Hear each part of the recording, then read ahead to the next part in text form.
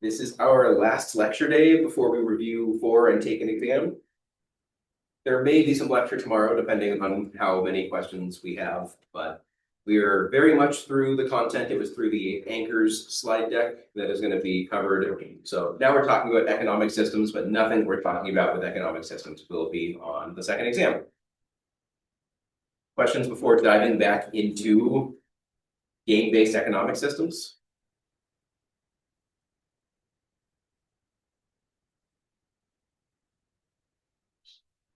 Right. If I don't have lecture videos up, please send me an angry email. I know that is something that needs to happen. And depending on what happens in office hours and my office in general, that can accidentally slip through. So somebody remind me if they aren't up. They only go back 2 weeks on Zoom. So if I lapse by longer than 2 weeks, the videos go away.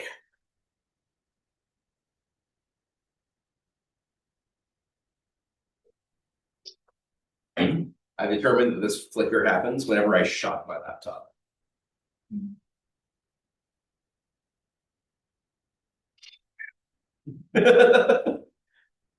I'm magical. All right, last time we were talking about the supply curve, the demand curve. Did we have any questions about that, or were there any concerns about the thoughts of the supply curve just being the supply of something that is available? There are a bunch of different merchants that want to sell something, and there are a certain number of buyers who will buy at a particular price. So how do you, as a seller, set your price? And as a buyer, there are lots of possible sellers. How do you choose the one at which to go purchase, or from which to go purchase? And so we're going to talk about how to combine the supply and demand curves to figure out what is the equilibrium price for goods and services. We'll start, though, with an introduction to marginal supply and demand, where we note that a seller does not always, they don't set their price and then just forget the price. It's something that is consistently updated. And the same with the buying price for an item. You're not just always going to buy the same item at the same point. It's a function frequently of how much of that resource you already have. To give you an example of this, today I offer you a job of grading for me for $30 per hour. Who applies? About half the class. All right. For those of you who decided to apply, it turns out that I know you forgot about this, but yesterday you won $1 billion lottery. Who now wants the job? Who still grades for me for $30 despite the fact that you have $1 billion paycheck?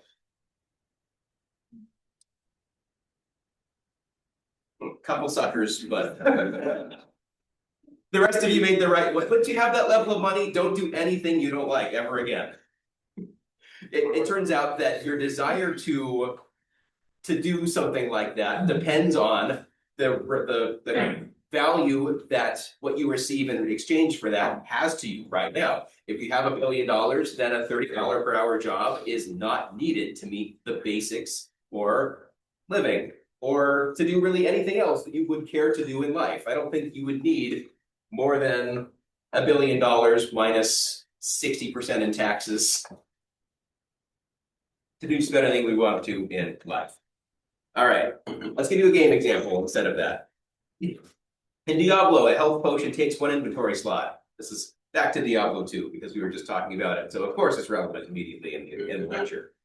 So every health potion takes an inventory slot. We're going to ignore belts for the moment, but imagine that there's a hotkey for you to use a potion that is in your inventory. You currently have 0 health potions. How many health potions do you want to buy at 100 gold per potion?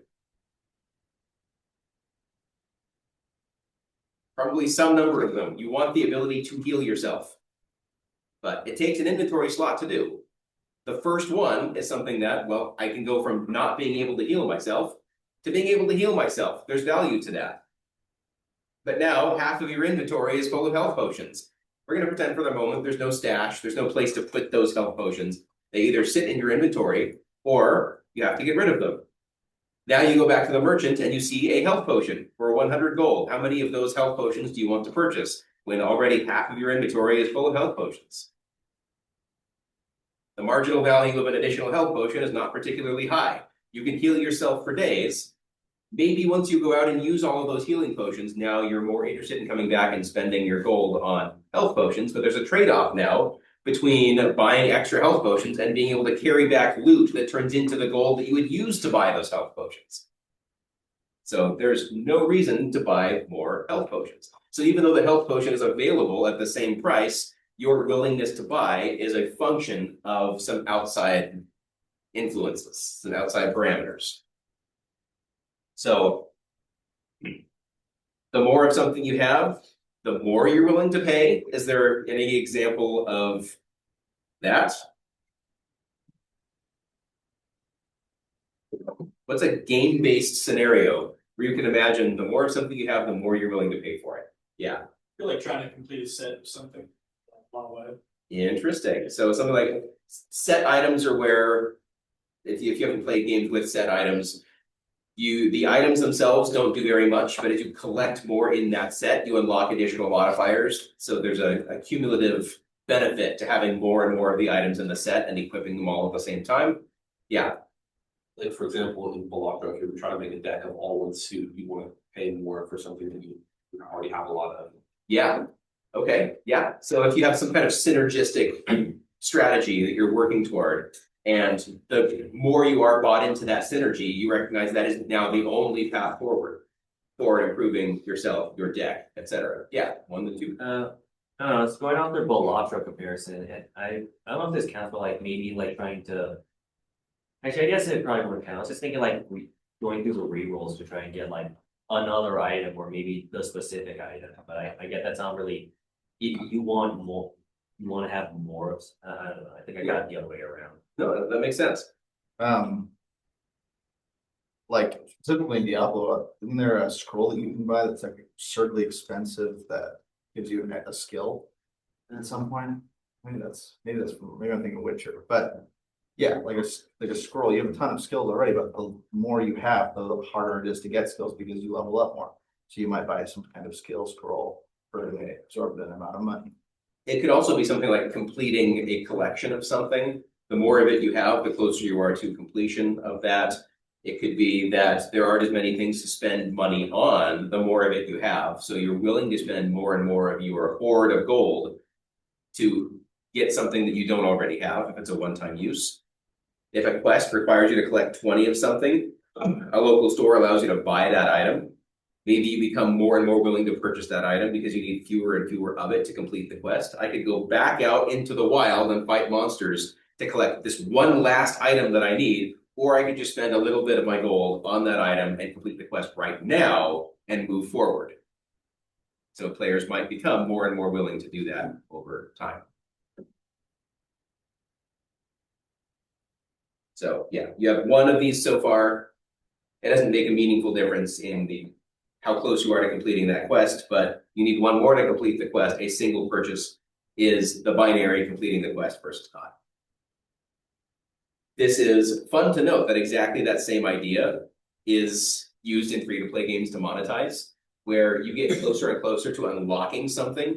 And if the game is in such a way that the more of it that you play in a day, the less of it you acquire, then you're going to need more and more time. So it becomes a time skip that you become more and more pressured to. I don't want to play the game the way that I've been playing it. I'm getting closer and closer to my goal. I can just quickly spend a little bit of money, get to the goal, and then unlock some new way to play the game, or you get to the point faster. So mobile games and free-to-play games use that idea very frequently. Idle games as well. You can do things like increase the cost of purchasing an additional unit of a resource. We saw this in our incremental mine game that you're working on in Excel, in the spreadsheet app. So the more mines you own, the more an additional mine costs of that type. This is one way to, if there are different costs associated with different things, it's not the case in what we're doing, but you now need to acquire different resources to be able to upgrade in different ways. And from a designer's perspective, you can design mechanics that change how a player views the or it'll change the player's marginal supply or marginal demand curve for items based on the decisions that you make. So as an example, in Monopoly, because I don't know why it comes up so frequently, but no one plays it anymore. But if you own all but one in a set of properties, it's very much like the set item example from before. It drives up the demand of the remaining property, both for the player for whom it completes the set and for every other player to prevent that player from completing the set.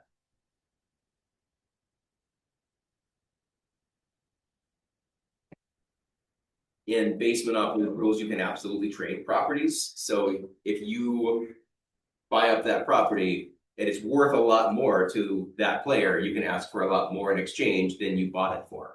So it works as an investment.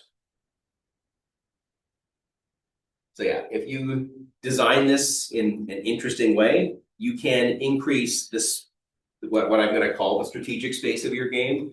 When players think about how valuable is this, it's not just how valuable is it to me, it's how valuable is it to the community? How valuable is it to another player? How valuable will it be to me in the future? All of these become interesting decisions or questions that the player can ask.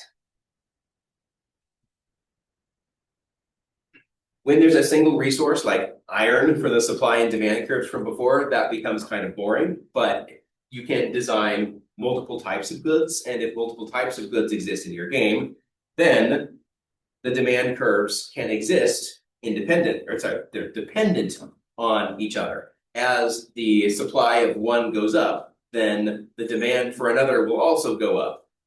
So if iron is used to build something, and it costs both iron and something else, as supply of iron increases, the price of iron goes down, which makes it more accessible to purchase this thing that requires iron and some other resource, stone.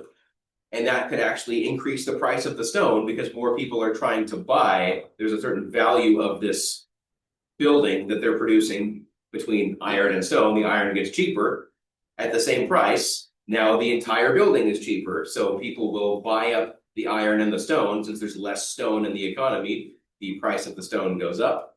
And now the entire building costs the same, but there were different changes to the different demand curves of the different items. And they become dependent on each other when they can when they're used to produce the same goods or resources. This leads us to an idea of an imperfect substitute. So as the demand for a health potion that heals 500 health increases or decreases, it may actually have an effect on things like the 200 health potion, 250 health potion, of 1,000 health potion. If the 500 health potion becomes incredibly expensive, maybe the marginal value of 250 cost potions is not that much worse, and it becomes more interesting to you to purchase 250 health potions rather than the 500 health potion. So that is an imperfect substitute. They're nearly substitutes for each other, but not quite. In fact, I have exactly that example. Potion that heals 50 HP, mana potion that heals 5 MP that can be used to cast a healing spell that heals 50 HP. Imperfect substitute, but one for which, if one price drastically changes, you can pivot to the other one in a way that strategically makes sense. So as a designer, you can decide whether you want one way to achieve a particular goal or you want multiple ways to achieve that particular goal, and then let the players figure out how they want to use the current economy to optimize what it is that they're trying to do. So if one is cheaper than the other, players will prefer the cheaper option. And you can learn about how perfect or imperfect the substitute is by how effective the substitution is. If you, the designer, give the health potion an additional use, collect 10 of these, you can turn them in to an NPC for something that's not a health potion. Then you can determine based on that how perfect the substitute is. By doing that, how much does that change the cost of the 5 MP item, which can't be traded in for some other value? If you increase the cost of one item, it may increase the demand for the other because it is cheaper. Also, the idea of a complement. So if you have a complement item, the demand mirrors kind of, it'll change, it'll mirror the other in some capacity. So it's as the demand for the first good goes up, the demand for the second good goes up. As the demand for the first item goes down, it is an echo of some kind. So particular gear set becomes meta in a game, then every piece of the set experiences increased demand because everybody wants every item in that set. So they move in price together because they're useful together, not necessarily independently. So that's the concept of an economic complement. Questions on anything so far? Can I ask you an example for if this constitutes as like an imperfect substitute? Yeah. I played a game where it's like there's something called like bulk food or bulk healing, where it's like they heal very little, but the point is that they're cheap and you're supposed to use it in the overworld versus like In a battle. Yeah, it's a way to heal up. You take some damage in a battle and you don't heal to full at the end of each battle. You need to heal up to full before the next battle. Yeah, so it's like it's just so like you can bulk buy a bunch of smaller HP healing items versus like buying the big. That is an imperfect substitute. It's not a perfect imperfect substitute that it does exactly the same thing, but it is one of the uses of a more expensive, larger healing item. And if that ends up being cheaper, then you are now splitting the use of in battle, use the high HP healing item. On the overworld between battles, use the cheap healing item in bulk. And it's the equivalent effect in a particular use. So yeah, that is an imperfect substitute, but not every imperfect substitute has to be to the same extent. Yeah, that's a great example. Other thoughts or questions? All right, how do we determine a market price for something? We can overlay the supply and demand curves on top of each other, and where they intersect is the market price. And this makes sense because at that point, there's the same amount of demand as there is supply. So as much as, remember that sellers will only produce as much of a good as they think they can sell. Buyers will buy as much as they want to at that price. If the sellers are producing too much, they can't sell all of it. If the sellers aren't producing enough of it, they're losing out on prospective income. So they're going to produce as much as they can sell. And that's going to depend on how many other sellers of that same item there are. And from the buyer's perspective, kind of the exact inverse.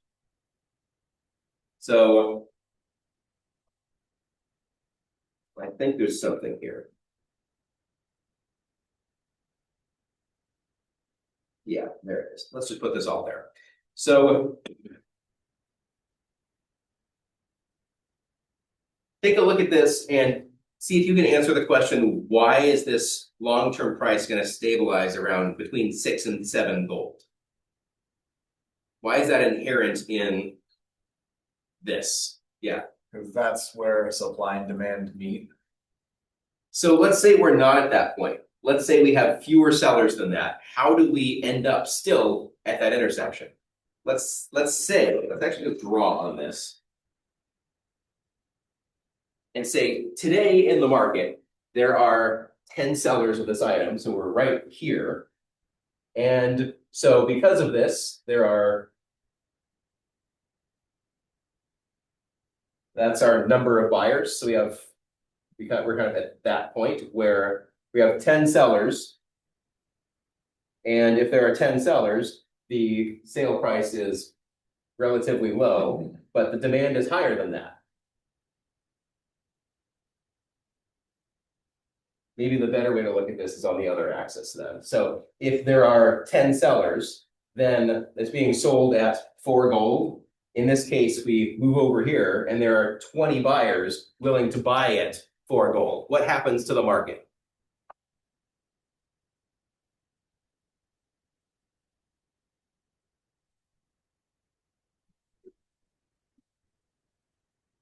Any analysis of this? You can imagine that, Price goes up. price would definitely have to go up because everyone's going to be bum rushing these 10 sellers to try to buy at that. There's enough for 10 people, but there are 20 people who are interested in it. So you have to be one of the first 10 people to arrive there to be able to purchase it. The sellers see this, they're always out of stock of this item and think, I could stock more of this. And in fact, I could probably stock more of this at a higher price. Or I could just increase the price, and I don't need to attract all 20 of the prospective buyers. I could attract just a subset of them who are willing to pay a little bit more. So the sellers will start to decide, all right, I'm going to increase the price a little bit. I'm going to try 5 gold for this. And how many people are willing to buy at 5 gold? It's fewer than that. Yeah. So this is an example of low supply but high demand. Yeah. Yeah. So here we would have a low supply, high demand because the price is lower than it should be. So this will push the price up until we reach that point where the sale price is exactly how many people are interested in buying the item. And at that point, we are stabilized at 6 to 7 gold, somewhere in that range, where now you produce as much and you sell at that value, and some more sellers have entered the market, and the price has gone up, and the number of prospective buyers goes down to the point where now there are the same number of people selling the item at a price that there are people willing to buy the item at that price. Same thing if we end up out here. Let's try to intersect this there. This says that now we have 25 sellers selling an item at 10 gold, and at 10 gold, only 10 buyers are interested in purchasing it. So there's going to be an oversupply. You can't get rid of your stock. So you're producing good, and that has some cost to it that you can't get rid of. You can't sell that at that value. So it sits in your inventory, your shop's inventory, and you're not profiting as much as you could. If this was only a single seller, for instance, you could sell 10 of an item for 10 gold. That's about 100. Or you could sell 16 of an item at 7 gold. Way more money.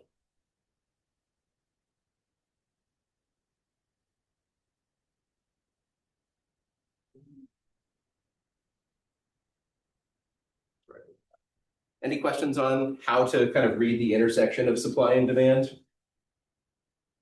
There is market pressure wherever we are in this toward this area. If we find ourselves anywhere other than that, the correction is to move toward that equilibrium. Yeah. So it's like, as a game designer, if you found that area, what the price should be, Yeah. the perfect scenario. At that point, it basically becomes like a 2-variable algorithm that you could say, like, in this area, it's a little different, but this is still where it's supposed to point at. So you can make things, you can make an algorithm based on this. Yeah. This is most useful in multiplayer economies where there are player-driven stores or players have the ability to trade or sell items between each other. And so you can monitor your own economy to say, what is this item selling for? And you can use that to tweak things like the drop rate. So for instance, if the value of something is 0, because there's just so much of it in existence, it drops from every enemy and in so much abundance that it can't be used. So it's out there. There's so much of it. In order to sell it at all, you have to basically give it away. That tells you that it's dropping too frequently, that even though it does have an in-game use, the amount of it is outweighing its value in the game's economy. So you could reduce the drop rate. Eventually that excess supply goes away. And since now there is less supply of that item, it pushes this toward a higher equilibrium point. We'll talk about how to shift the supply and demand curves to influence this point. But you should be aware as a developer in an online game that has an economy where these are and whether that is consistent with your long-term design plan. Other questions or thoughts? Yeah. How would like the actual value of the item play into this graph here? Because like I'm imagining the battle royale, there's like gray loot, and like goes up to legendary. Yeah. If you just decrease the supply of gray loot, it wouldn't all of a sudden make it. Yeah, it's because it's so abundant. But what if you made the drop rate of the gray loot the same as Super legendary rare. loot, but it's Yeah. still just gray loot. That wouldn't make it inherently more valuable. Right, because the demand for it is so low. So in this case, we have the number of buyers for gray loot that would look basically like this. It doesn't matter what you charge for it, no one wants it because it's garbage. So in this case, there's no way to shift the supply in such a way that it increases the value of the gray loot beyond basically zero. No matter what you do, it is irrelevant what the drop rate is. People still aren't going to use it. So yeah, there's nothing that says that the number of buyers, this demand curve, actually has to be consistently decreasing. It can just be flat. If it doesn't matter what the price is, the same number of people are willing to buy it at that price, no matter what the price is. In this case, it happens to be the price is zero. But that is a great point. Yeah. Like, so the way I'm seeing this right now is in the Witcher, playing the Witcher. Game design, that game's incredible. And in different areas, things like cost different amounts based on where you're trying to sell them. So if you're trying to sell bread to peasants, it's worth a lot of money. Whereas if you're trying to sell a sword to peasants, doesn't make any sense. They'll pay you 10 coins for a sword that's really worth 900 coins. Right. It doesn't make any sense for them to buy them. But like the more that I'm starting to see it, the more that I realize that it's this curve like adjusting for where you are. Right. Yeah. Absolutely. There's certainly in a single player type game like that, there's a progression to this where you want the equilibrium of the price of things to be increasing throughout the game as you get more and more valuable things, because no one wants to be playing the game where you're receiving the same amount of gold or you have the same amount of gold at the end of the game as you did at the beginning of the game. You can't see the progression easily from that point. So, in general, market price is where the supply and demand curves intersect. In a fixed economy, remember this is where designers are setting the prices for all items in the game. So you need to figure out where that intersection point is going to be. You need to try to figure out what is the demand of this item going to be? What should the supply of the item be to map to the price that you want to set for that? So this is tied to the game's anchor, usually HP, and its rarity. So how rare the item is, how useful it is. As players progress through the game, they need better things. They rely on the acquisition of both those items and currency to make those purchases. So you need to design for the scarcity so that the player needs to make an interesting decision about how and when to spend their money. If you throw money at the player, then they can just buy any and all upgrades they come across. If you give players so little money, then maybe they don't even have the option of buying the items that they want to purchase, that they could purchase if they could afford it. So you want to find some middle ground where players have enough money to have decisions about how and when to spend it, but not more or less than that. That's the target for a fixed economy. So a player can buy whatever they want, game is imbalanced. The player has to grind for too long to afford any upgrades that they actually want to keep up with the difficulty curve, then it's also not balanced. So we want somewhere in the middle where with a reasonable amount of effort, the player can acquire the resources they need to afford the upgrades that they want. Of course, you can modify all of these values, so you don't have to get it right on the first pass. But it is worth noting that you probably want to collect supply and demand information on this so that you figure out, you can know how to manipulate the market so that you reach that state where the player has the resources that they need to be able to purchase the item. You can map the player's demand to how much currency they have at the moment. If an item costs 500 gold, how many players are willing to purchase it when they have exactly 500 gold? How many players are willing to purchase it when they have 700 gold, 1,000 gold, 2,000 gold? And that will tell you what you should price it at so that the right proportion of players are buying that upgrade. So that's what you're going to be doing during alpha and beta testing so that when you release the game, you don't have to make large-scale balance changes like that. That's something that should be done before the game is released. I see this happening way too much in modern gaming. It's okay if there's a long-term game that maybe it's seasonal and then from season to season, you want players to be doing different things, make balance changes, that's great. If it's a single player game, a fixed economy game, then you do not want to be making large scale balance changes after the game is released. That just looks bad. It's like you didn't do your work before you released the game. And I still see too much of this happening out in the real world. Very frustrating. Yeah. One of the most like egregious versions of this is Clash Royale. They always, every time they release a new card, it's like the best card in the game, and then the next season they nerf it, so it's like unusable. So if you want to compete, you have to always buy a new card every season. Yeah, well, that is the monetary, that is their monetary system. That's how they make money. If they spent the time and development resources to make something that was just balanced, then only a subset of the players would want it. That doesn't maximize the money. And the reason I can't play games like that is that I see that model and it immediately turns me off of the entire game because it's just a subscription. If you want to play what is meta and be competitive, then you're paying a certain amount over time to acquire the newest, best, shiniest things that they make. And you're funding their power creep. There are better ways to do this, in my opinion.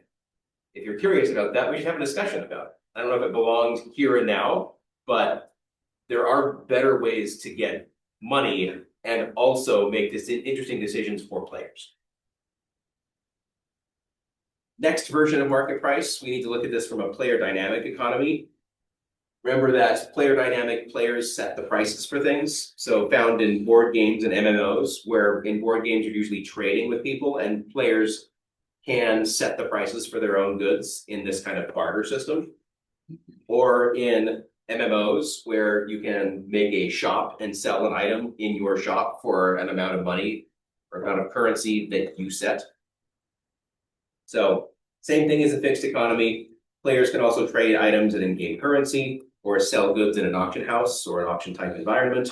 So players have control over the price of goods, at least somewhat. Players set those prices, but the designer can certainly affect what that price is going to be once it settles into its equilibrium.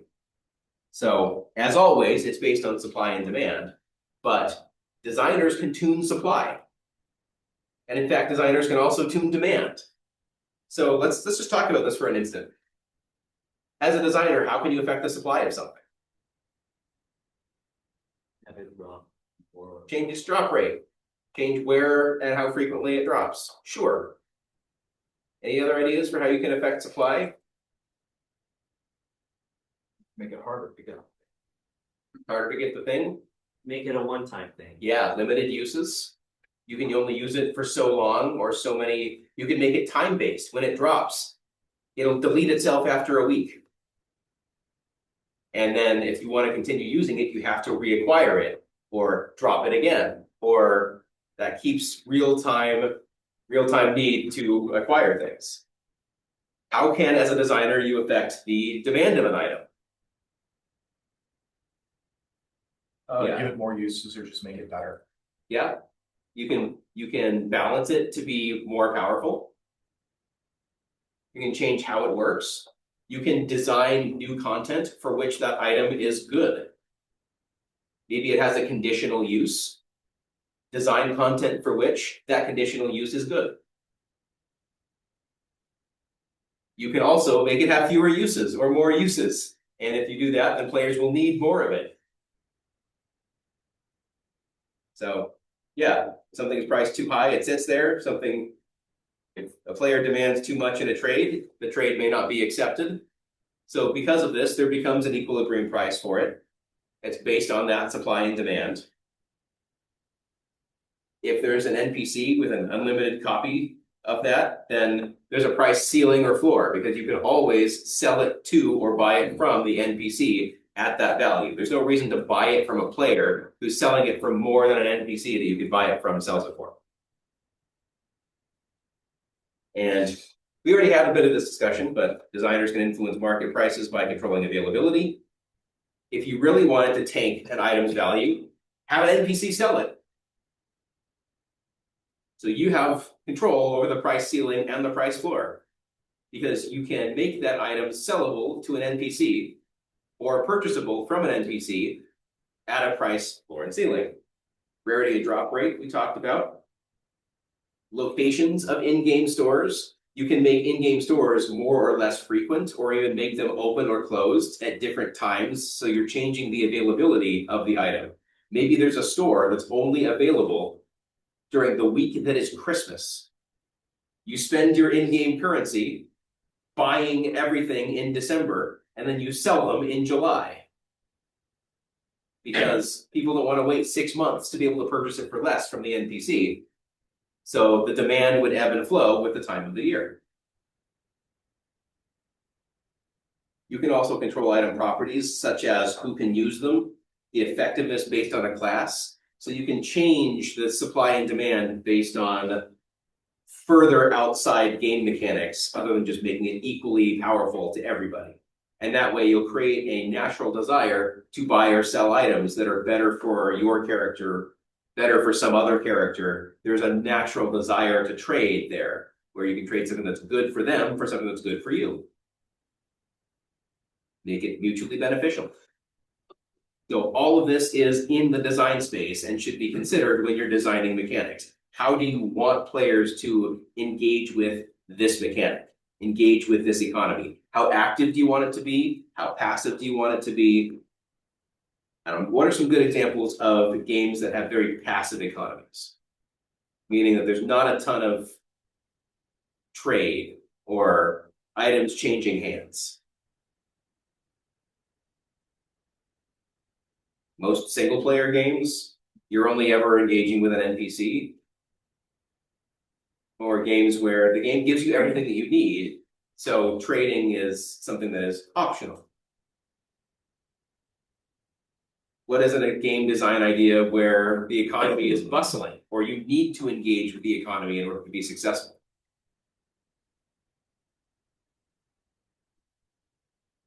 Wow, RuneScape.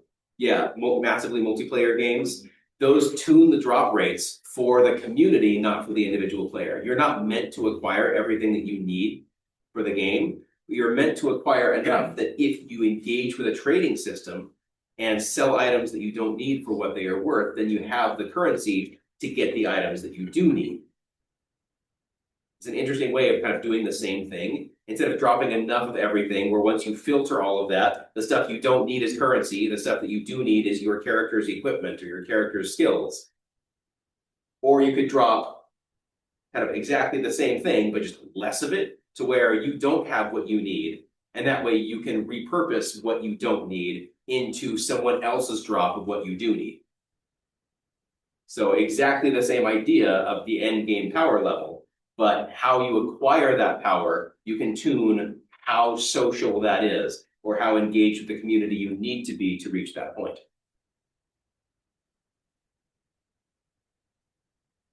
So going back to this, as you might expect, changes to supply and demand curves affect the market price. So it makes sense that the market price is based on who's logged into the game right now. We see this in multiplayer games. There might even be a continent-based supply and demand. If there's a single server, there are more people in Asia than there are in North and South America. So when it is evening in Asia, there are more players logged in than when it is evening in North and South America. That changes both supply and demand, but maybe in such a way that it actually changes the entirety of the market price. Also changes based on how many active players there are. You can imagine a game where there are 10 active players versus a game where there are 10 million active players. What is the availability of goods? When there are 10 active players, when a rare item goes on the market, it's probably the only copy of that rare item that's going to be on the market for a week. Doesn't matter what it costs. You have a binary decision, buy it now or wait. And that can affect the market price. If you can do this, then an extra outcome of your game in terms of a decision is players can now decide to play the game or play a meta market game where you are analyzing the market, buying low, selling high, in an attempt to make money by not playing the game, but playing the market. It's the same idea of having wealth in our society and playing the stock market. That doesn't require going to work and physically exhausting yourself or mentally exhausting yourself. Or you could acquire money by going to work and physically or mentally exhausting yourself and collecting a paycheck. Depending on how the market leads out, there's kind of a passive or an active way of engaging with this same idea. But exactly how this works in real life, it's exactly the same in games. So if you have a lot of capital, you can make large-scale changes to the economy based on the capital that you have. You can yourself, if you are wealthy, manipulate the supply of an item, buy it out. If you buy out an item, that, at least in the short term, completely changes the supply curve. And if you have the ability to sell even a portion of those items for the increased price that is the supply, you can create your own money-making system by investing your wealth, creating a dearth of that item for the rest of the community, raising the price, being the sole or one of the sole sellers of that item to the community, making back your money and more, and then do it again. You can identify the right item to do that to. Yeah. It's just funny to think that a lot of these like MMO tycoons Yeah. are just regular Yeah. people. But the designers are responsible for that when that does happen. Because unless you want that to be a part of your game, you can design that to be a part of your game. You should be aware that players are going to be doing that. If a player can have so much wealth that they can completely change the market price of an item, is that something that you want in your economy? Some players will like the ability to do that, usually the wealthy players. Some players will not like the ability to do that. Someone who wanted the item could have purchased the item yesterday for some amount, and now they have to pay 3 or 4 times as much from the player who manipulated the market in order to get the item that they want. That can be frustrating. That can turn people off of playing a game. And the only reason that is possible is through some other game mechanics. That player was able to create that much wealth, and the supply of the items are small enough with proportion to the number of players and the demand of those that you can spend one person's wealth to dramatically affect the price of a single item. Again, from a designer's perspective, you need to be aware. So when should that be allowed? Any thoughts on what might be the deciding factor between allowing something like that and not allowing something like that? When does it become an issue?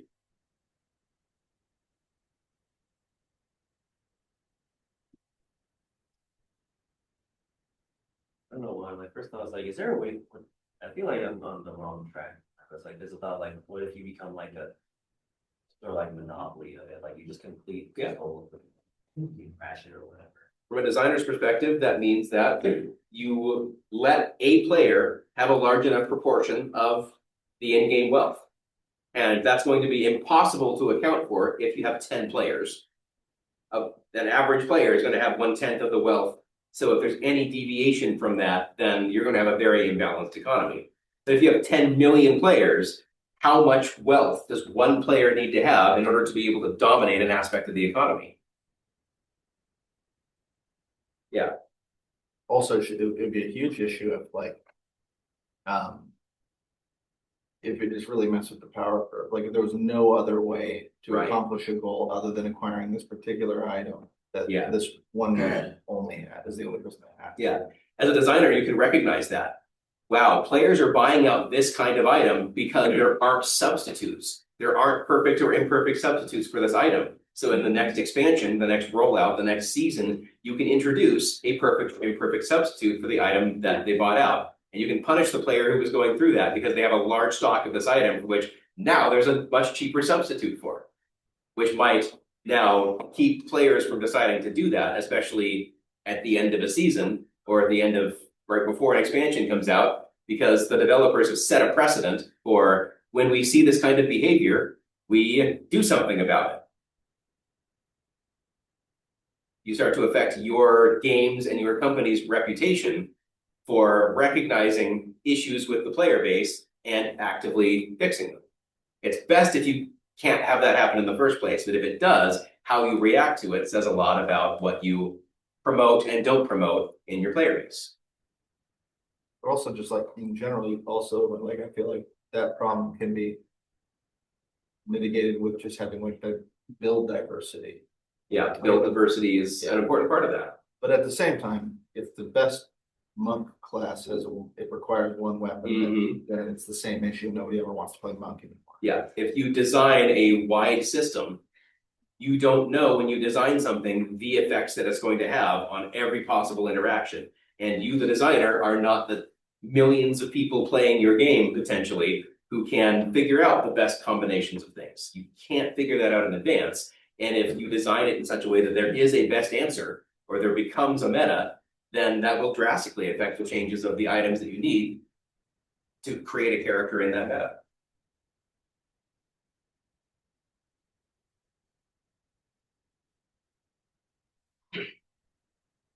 So the invisible hand, it's an economic concept that regardless of what happens, players don't need to know anything about the actual value of an item. But in a large enough sample and a large enough economy of players, the market price will stabilize very quickly to where those supply and demand curves intersect. Players don't need to be aware of economics, aware of the values of their own items. They just have to engage with what does my item sell for? What can I purchase this item for? And within a very short period of time, the market stabilizes. Does that concept make sense?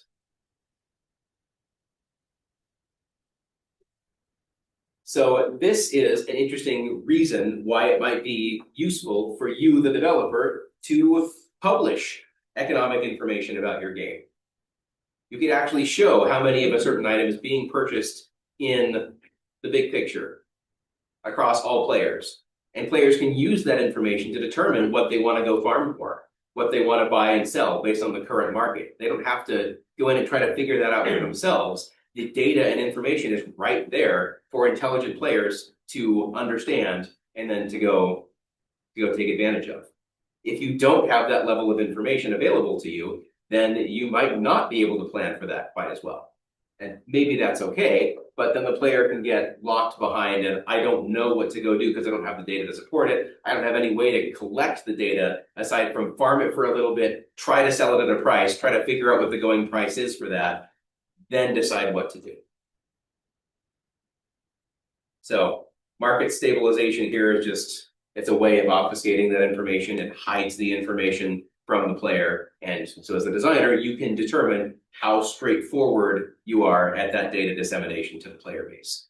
Figure out how useful, how much the player base actually actively wants this information to make their decisions within your game. Oh boy, the free-to-play economy. I cannot say how much I hate free-to-play games. It's a point of contention for sure, but the existence